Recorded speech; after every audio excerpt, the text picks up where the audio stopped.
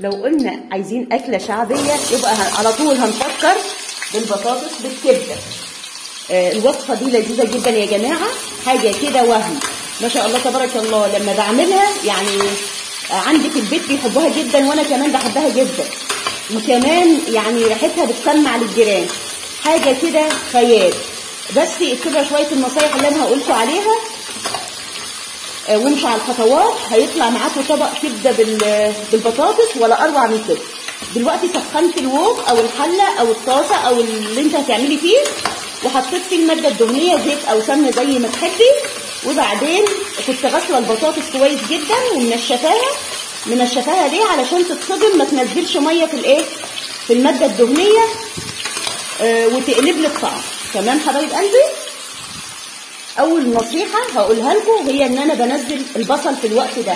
ليه نزلت البصل في الوقت ده؟ علشان ووطيت النار على طول. اول ما حطيت البصل وطيت النار على طول. ليه بتوطي النار؟ عشان البصل والثوم قلتها كتير في فيديوهات قبل كده، من الحاجات اللي لما بتوطي عليها النار وبتحطيها على البارد بتبدا تنزل الماده المسكره اللي بداخلها وتتمزج مع الوصفه وتديني طعم وتست اعلى. تمام حبايب قلبي؟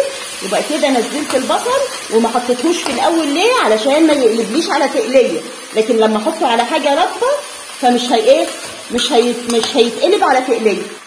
وكمان هضيف الثوم وانا برضو موطيه النار، برضو لان الثوم زي البصل بالظبط بينزل مادته المسكره اللي بداخله برضو على نار هاديه، وابدا اقلب علشان يحصل تبادل في النكهات ويديني تيست اعلى.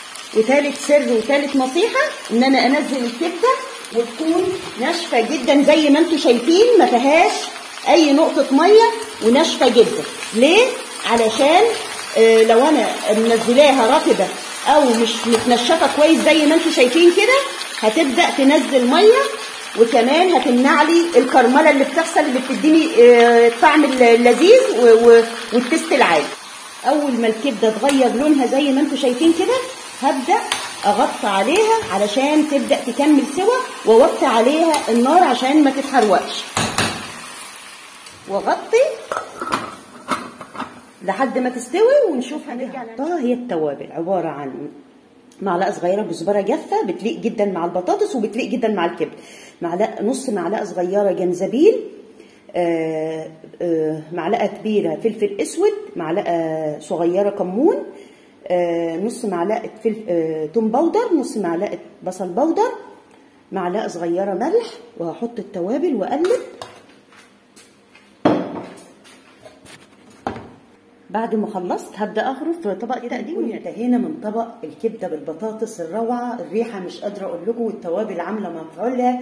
امشوا على الخطوات زي ما قلت لكم، وامشوا على النصايح، وما تنسوش تعملوا لي لايك وشير وسبسكرايب. والسلام عليكم ورحمه الله وبركاته.